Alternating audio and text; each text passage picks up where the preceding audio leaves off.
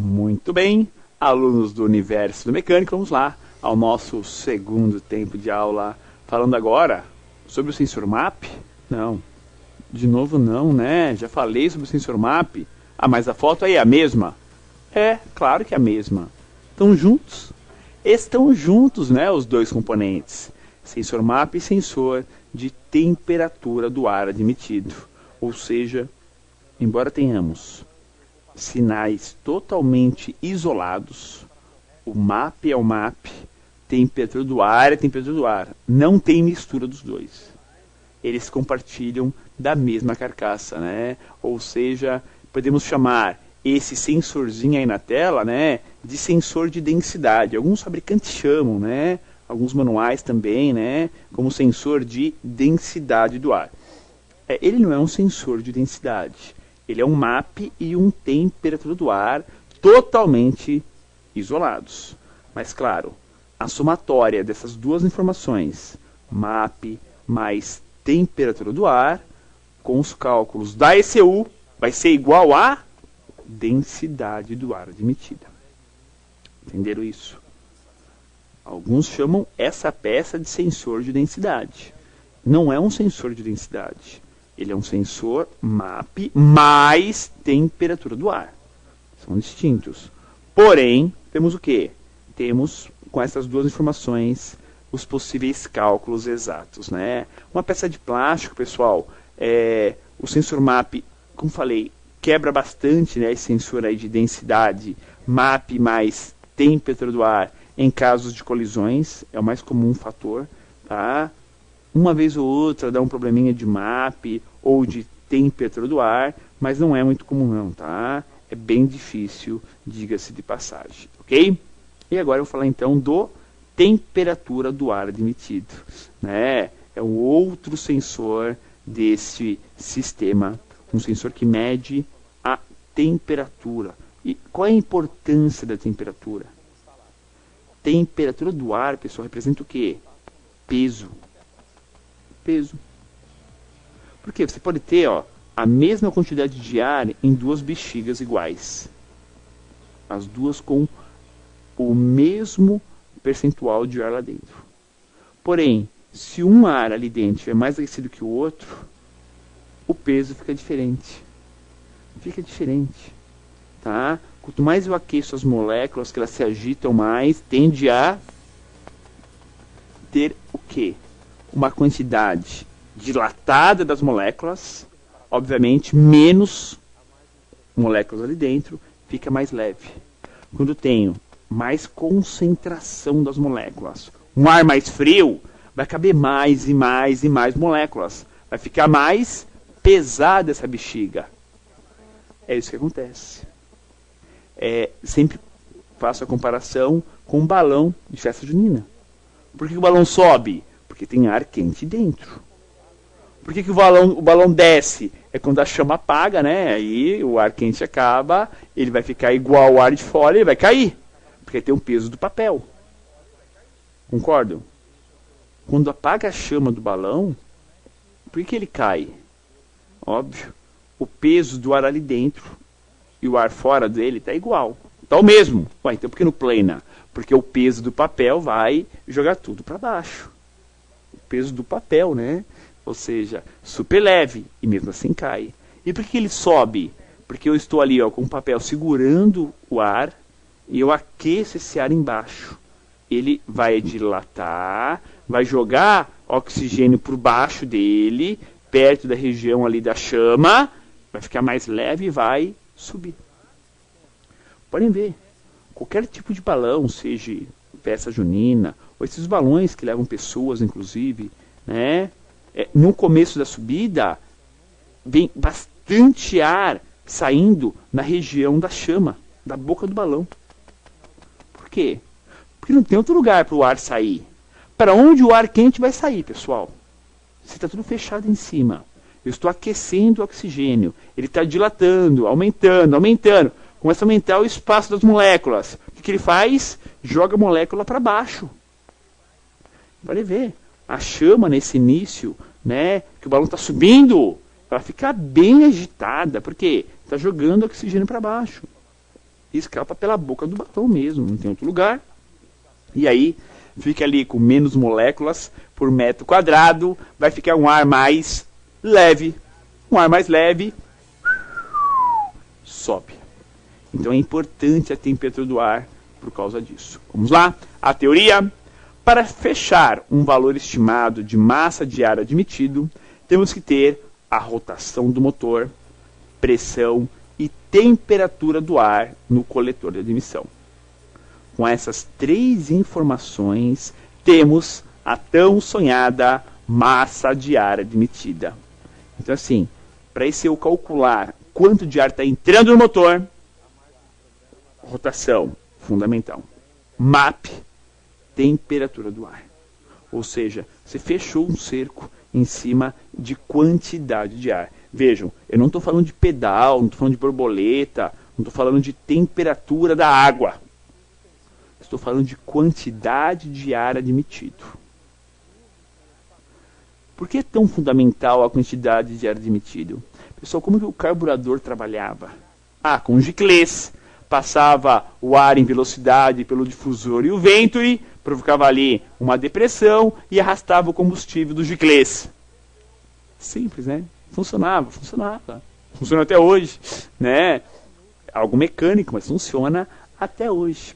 Tranquilo. Como que funciona o sistema de injeção eletrônica?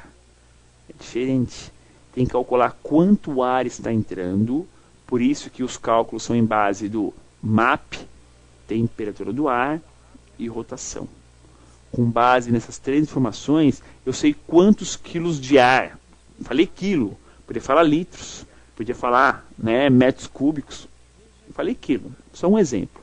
Tá? Quantos quilos de ar está entrando no motor? Se estiver entrando, né, uma quantidade aí grande, vai ser injetado uma grande quantidade grande de combustível. Ou seja, se você tem aí, né, 13 partes de oxigênio entrando, teremos uma parte de gasolina. Se tiver uma de álcool, vai servir para 9 partes de ar. Você tem o quê? Uma base precisa, exata. Por isso que a injeção eletrônica funciona muito melhor que um carro carburado, que ele tem um negócio fixo, né, estático, não altera. No sistema de gerenciamento do motor, não. Está o tempo todo está alternando, está sendo corrigido. Não para de ser corrigido, é constante. Telinha de vocês, a função. Vejam lá, ó, os sinais em geral, né? Lá em cima, borboleta, potenciômetro da borboleta, potenciômetro do acelerador, sensor do acelerador 1, sensor do acelerador 2, posição do acelerador 1, posição do acelerador 2, temperatura do ar. 65 graus Celsius. Pessoal, parou para pensar? Poxa vida, aqui em São Paulo, quando está 30 graus Celsius, estamos morrendo de calor, não estamos aguentando. Imagina 65. Ué, se a temperatura aqui fora está em torno de 30, por que lá dentro está 65? Tá louco? Tem problema aí? E é legal isso mesmo, é não medir o ar aqui fora, é medir o ar lá dentro, lá no coletor de admissão. Isso é importante. Porque ali está mais aquecido, está mais concentrado. Quantos graus bateu, pessoal? Olha isso. 65 graus Celsius. É muita coisa. E isso altera sensivelmente no funcionamento do motor, na mistura do motor. Por isso tem que medir temperatura, MAP individualmente, para não ter nenhum tipo de surpresa depois lá na frente, né? Função: quanto mais quente o ar, mais leve ele estará. Quanto mais frio, mais denso ele estará. Assim, esse eu adequa a quantidade de ar admitido, né, a mistura, mais oxigênio, né, teremos. Se tivermos mais combustível, né, poderá ser injetado. Então, assim, fez os cálculos, né, aí se eu adequo a quantidade de ar admitido. Quanto mais ar entra, Obviamente, entrou mais ar, mais oxigênio temos. Maior terá que ser o tempo de injeção. Tem. Entrou mais ar, tem que injetar mais combustível. Isso é óbvio. Então temos o quê? Uma relação entre os componentes e a forma de atuar, né, que o fabricante projetou. Ligações. Veja aí de novo o sensor lá no lugar, lá no motor do carro, né, e os seus respectivos pinos aqui, bem na dianteira, né, do motor, na parte frontal do motor, logo depois do eletroventilador, tá? Conector de trava, um pouquinho chata essa trava, tá, para destravar, não é das mais fáceis, tá? Então muito cuidado para não quebrar, tá? E aqui os seus pinos, 4 ligações. Terminal 1 está ligado ao A22, é o massa. Terminal 2, ligado ao A33, 5 volts do ar, ACT. Pino 3, A36, 5 volts do MAP, ou seja, a alimentação positiva só do MAP. Pino 4, a resposta do MAP, ligado ao A18 do módulo. Ou seja, 4 pinos, um massa, um positivo do sensor do ar, que já é a resposta, um positivo do sensor MAP e a resposta do MAP. Agora, o importante é o quê? 2 e 4, os pinos de resposta, são os pinos mais importantes. Mas, claro, o massa e os 5 volts tem que ser sempre, sempre, sempre conferidos. Tá? Isso aqui, pessoal, é trabalho de equipe. Se derruba os 5 volts do MAP, vai derrubar também de outros sensores. O aterramento, a mesma coisa. A grande variação que é a resposta sempre é única, né? Cada um tem a seu pino de resposta, mas positivos são compartilhados. 5 volts nesse caso, tá? Aqui, mais uma foto dele, do sensor MAP, olhem ali por baixo, dá para ver ali o anel O-ring, né? E a gaiolinha do sensor do ar. Porque ele é sensível, né? Tem a sua proteção. Quais os valores de medição de teste do sensor MAP? Temperatura em graus Celsius, na vertical, na outra vertical, resistência em ohms. O sensor do ar, ele é puramente igual ao sensor da água, né? Ou seja, ele é um NTC. Aumenta a temperatura, diminui a resistência. Então vejam, ó, 0 graus, 6.000 ohms. 20 graus, 2.500. 60 graus, 580. 90 graus, 230 ohms de resistência. São aí os valores principais deste componente, deste sensor MAP mais temperatura do ar. Só um detalhezinho do MAP ainda.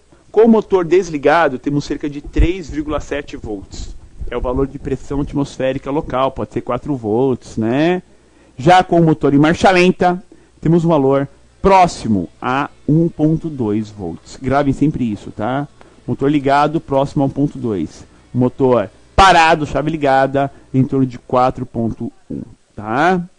Agora, existe aí uma grande tendência de muitos, né, donos de carro estarem mexendo. E aí troca a correia dentada. Aí monta errado. Aí o carro vem com o MAP lá em cima. O carro quadrado poluindo e o MAP com valor lá em cima. Trocou o MAP? Resolveu? Claro que não. É erro de sincronismo, né? Então, muito cuidado com o sincronismo mecânico, embora esse motor é torque, tem corrente. Sensor de detonação. Vejam aqui a pecinha. Observe que ele é diferente de outros modelos, né? Como outros modelos. Ó, ele tem um rabicho. Ou seja, ele já tem um cabinho com ele. Um sensor fixo com parafuso. E ele já tem um cabinho para conectar o chicote do carro. Mas, fácil, tá? Detonação. É um sensor do tipo piezoelétrico que capta as vibrações do motor em uma janela bem específica da detonação do motor. Por isso, está bem centralizado para captar vibrações dos 4 cilindros. Então, ótimo. É uma forma que nós temos o quê? De trabalhar em cima de captação de sinal. E o sinal que o sensor de detonação gera, pessoal, é um sinal de baixíssima intensidade. Vai dar 1 volt, 1 volt e meio, mais ou menos. É muito baixo. Por quê? É um sinal gerador. O sensor gera o sinal elétrico. Isso custa, né? Isso não é simples, tá? Mas o sensor de detonação também é assim. Ele é um gerador de sinal. É ele que gera um sinal elétrico. Não precisa de nenhuma alimentação para isso. Vibrou, ele manda o sinal elétrico. Quanto mais vibra, maior e mais sinais elétricos teremos. Quanto menos, menos, obviamente. Tá? Vamos aqui aos valores, né, do sensor de detonação. São 2 pinos ligados ao motor, sendo 1 A08, 2 A26, massa A09 e o torque de aperto 20 Nm, ou 0,2 kgfm, 2 kg ou 20 N, tá? Lembrando que o torque de aperto também é muito importante, porque torque de aperto incorreto gera mapeamento incorreto, ok? Muita atenção com esse detalhe. Aqui, mais uma vez, a unidade de comando eletrônico desse motor, né? A ECU. E claro, como sempre, para vocês, uma dica. O sinal do sensor de detonação é de baixa intensidade, ou seja, sua variação é extremamente pequena. Assim, qualquer campo magnético, né, próximo, externo, pode alterar esse valor. Por isso, temos o aterramento ao sensor. Então, assim, pode ter influência magnética próxima. Não pode acontecer isso, senão teremos sinais incorretos. Então, pessoal, parece brincadeira, mas eu vi carro falhando na oficina e o defeito era vela comum. Em vez de pôr vela resistiva, colocaram vela comum. A vela era nova, legal, mas puseram vela comum. Não funciona, tá? Então, essas questões são muito sérias, né, na questão de aprendizado também. Perguntinha da nossa aula: o motor pode detonar mesmo com um sensor de detonação funcionando corretamente? Será que ele dá conta do recado? Ou seja, vai atrasando, né? Será que ele consegue? Sim, pois o atraso, né, da ECU tem limites, tá? Ou seja, tem coisas legais e tem coisas ruins. Tem coisas muito boas e tem coisas que dá para melhorar, com toda certeza, tá? Então é muito importante terem a ciência de que detonação controla o mapeamento da ignição. MAP e temperatura do ar juntos vão calcular, né? Você vai calcular a densidade e aí comanda também e principalmente, né, o tempo de injeção, o TI. Então são 2 fluxos bem distintos, bem diferentes. Um lado ignição, um lado gerenciamento do motor. Sim, pessoal, eu posso fazer muito bem isso. Só mexer com o câmbio ou só mexer com o motor. É isto aí, ok? Muito bem, caros alunos do MEC, vamos lá ao nosso plantão de dúvidas, né? Hoje com as perguntas mais comuns do seu dia a dia sobre a aula de hoje, sobre MAP, temperatura do ar e detonação. Primeiro, posso limpar o sensor MAP e o temperatura do ar? Por que essa pergunta? É muito comum impregnar de óleo a ponta do sensor. Comum demais. De onde vem esse óleo? Do sistema blow-by do motor, né? O respiro do óleo do motor, né? O anti-chama do motor. E temos o que nesse blow-by? Óleo, vapor de óleo, obviamente. Tem que fazer o que? Limpa contato.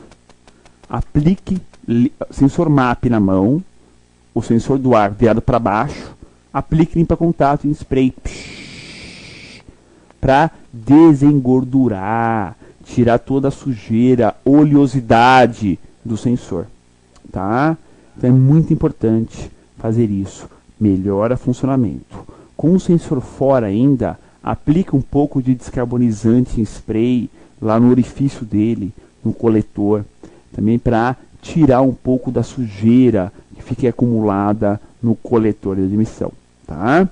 Então posso limpar o sensor MAP temperatura do ar com limpa-contatos, sem problemas, tá? Em relação ao sensor de detonação, principal problema relacionado a ele é o que? O motor fica detonando, fica batendo pino. E aí você vai, mede o sensor, confere o aperto, está com 20 newtons, solta, aperta, troca, e o motor continua detonando, continua batendo pino. Pessoal, a bateção de pino, a detonação, né, que na verdade acaba vibrando o motor e batendo um pouco de saia, né, se fala bater pino, né, muito mais por ser metal, não é o pino do pistão que está referindo, né, é metal, a saia do pistão com a camisa. Ocorre por quê? Quando tem uma forte vibração quando o pistão está subindo. Ele vibra e bate, né, saia no bloco do motor, na camisa. O que causa isso? Motor fora de ponto, motor carbonizado, mas assim, na prática, principalmente, combustível alterado. É o grande problema, combustível, né, com alteração química. E isso faz com que o motor bata pino realmente, tá? Ah, mas o sensor de detonação não vai dar conta do recado? Não vai dar conta? Dá, só que ele tem limite, né? Ele atrasa até um certo limite. Depois disso já não consegue mais atrasar. Então, o motor pode detonar mesmo com o sensor funcionando corretamente, porque tem um limite para atrasar o ponto. Então não adianta, tá? Não funciona assim. Tem limites. Ou seja, mesmo com tudo montado em ordem, tudo bonitinho, o motor pode detonar. E aí você vai analisar combustível, analisar carbonização no pistão, né?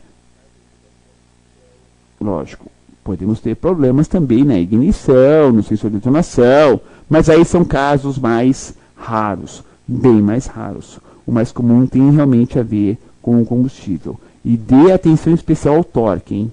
Esses 20 Nm têm que ser obedecidos, tá? Tem. Senão, teremos problemas também na leitura. Lembrem-se, né? O sensor de detonação, né, ele tem uma janela específica para ter essa variação do sinal. É bem específica, né, a variação, tá? E aí temos o quê? Uma questão de absoluto de falar em relação ao sensor do ar e a MAP e a detonação nos valores de resposta. Deixa eu colocar aqui para vocês a tela dos valores do sensor do ar. Ele não é do tipo NTC? Coeficiente negativo de temperatura? É. Olhem os valores dele, como que oscilam, né? Vai aumentando a temperatura do ar, vai diminuindo a resistência. Ó. 0 graus Celsius, 6.000 ohms. 20, 2.500. 60, 580. 90 graus Celsius, teremos o quê? Uma resistência de 230 ohms. Ou seja, temos aí as variações no sinal de resposta do próprio sensor do ar. Ou seja, é importante saber medir, é importante poder analisar para poder interpretar. Porque a ECU recebe essa informação em tensão elétrica, obviamente. E aí vai fazendo a adequação. Ah, o sensor de temperatura do ar raramente estraga. Concordo, é muito difícil estragar. Mas estraga também. Impregna de óleo também. Ou seja, também tem manutenção para ser feita. Belezinha? Muito bem. Caros alunos do Universo do Mecânico, finalizamos aqui mais uma aula de terça-feira, mais um encontro técnico. Semana que vem veremos gerenciamento eletrônico do PalletTorque 1.616. A última aula sobre os sinais de entrada, Sensor parte 4. Fico por aqui, um grande abraço a todos e até a nossa próxima aula. Olá meus amigos reparadores, meu nome é Leandro Lúcio, eu sou gerente de assistência técnica da Valclay Aquecimento. Estamos aqui hoje para passar para vocês mais uma dica bacana da Valclay Aquecimento para vocês.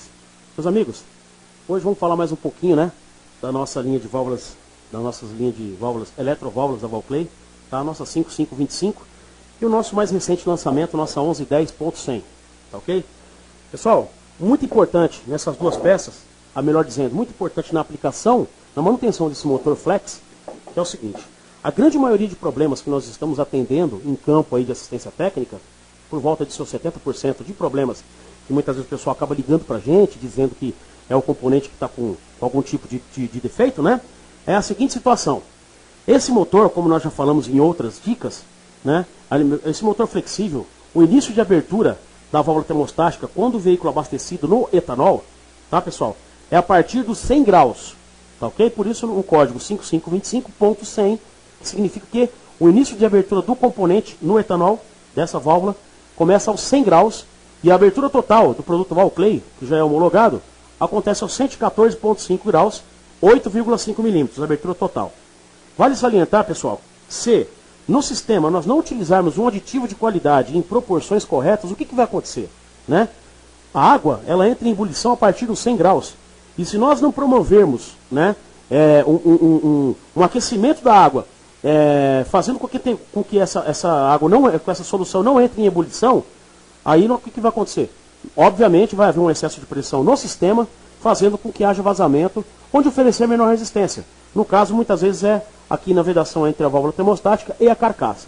Ou até mesmo na carcassinha, onde ela vai ali no cabeçote, no bloco do motor, tá ok? Então toma muito cuidado com isso. Utilizar aditivo de qualidade, né? A água entra em ebulição ali a partir dos 100 graus. Então se não estivermos utilizando um aditivo de qualidade, né, ou em proporções corretas, essa água vai entrar em ebulição a partir dos 100 e a válvula não vai ter nem aberto ainda, né? Ocasionando assim um defeito muito parecido que provavelmente seja a válvula termostática. Esse produto, né, pessoal, hoje em dia não tem como nós fazermos aquele teste de colocar a mão na mangueira inferior do radiador e superior e alegar que é o termostato que não está abrindo, porque a gente ressalta novamente, o início de abertura do componente é aos 100 graus e a abertura total ocorre com 114,5 graus, tá ok? Lembrando que existe um teste que nós podemos fazer a parte elétrica do componente com um chicotinho, abastecendo, colocando 12 volts no terminalzinho aqui da bateria mesmo e aguardando 5 minutos para verificar se o bypass aqui inferior abre, né, certinho no máximo em 5 minutos. A gente pede que esse teste não se estenda por mais do que 5 minutos, porque nós estamos fazendo fora do habitáculo do termostato e a troca térmica é muito ineficiente, pode acontecer aqui a queima do elemento aqui, né, do elemento que vai, da resistência que vai aqui dentro. Tá ok, pessoal? Uma outra característica, essas dicas também valem para, né, esse novo produto nosso, a nossa 1100, que equipa o Ford K novo, né, e também o Ford Courier, tá? As características da peça Valclay, nosso conector ele é virado para cima, tá, pessoal? Aliás, melhor dizendo, fica na posição aqui vertical, enquanto que a peça original fica na horizontal. Isso não tem problema nenhum, tá, pessoal? É uma questão de projeto, tá? E as dicas técnicas que a gente acabou de passar aqui, da nossa 5525 de alumínio, para o motor Zetec Rocan flexível do EcoSport e do Fiesta, também vale para essa nossa 1110.100. Tá ok, pessoal? Sempre tomando cuidado, né, pessoal? Sempre verificando aquela mangueira que sai ali da carcaça do termostato e vai até o reservatório, ela se entope com muita facilidade, mesmo porque tem alguns redutores de pressão na parte interna dessa mangueira. Tomar muito cuidado com o radiador, se a parte inferior do radiador do veículo não está parcialmente obstruída, né? Isso aí acaba influenciando na troca térmica do líquido arrefecedor. A cada ciclo do motor, essa água começa a voltar mais aquecida ainda para dentro do bloco do cabeçote. Tá ok, pessoal? Amigos reparadores, eu espero que vocês tenham gostado das dicas da Valclay Aquecimento. Para maiores informações, vou deixar aqui o meu e-mail, tá, pessoal? leandro@valclay.com.br. Qualquer dúvida sobre o produto, qualquer informação técnica, vocês podem estar entrando em contato através do e-mail ou pelo telefone 011 2033 1077 ou ainda pelo nosso site, que está muito bacana, tem o nosso catálogo eletrônico, é mais um meio de comunicação lá com o amigo reparador, www.valclay.com.br. Grande abraço.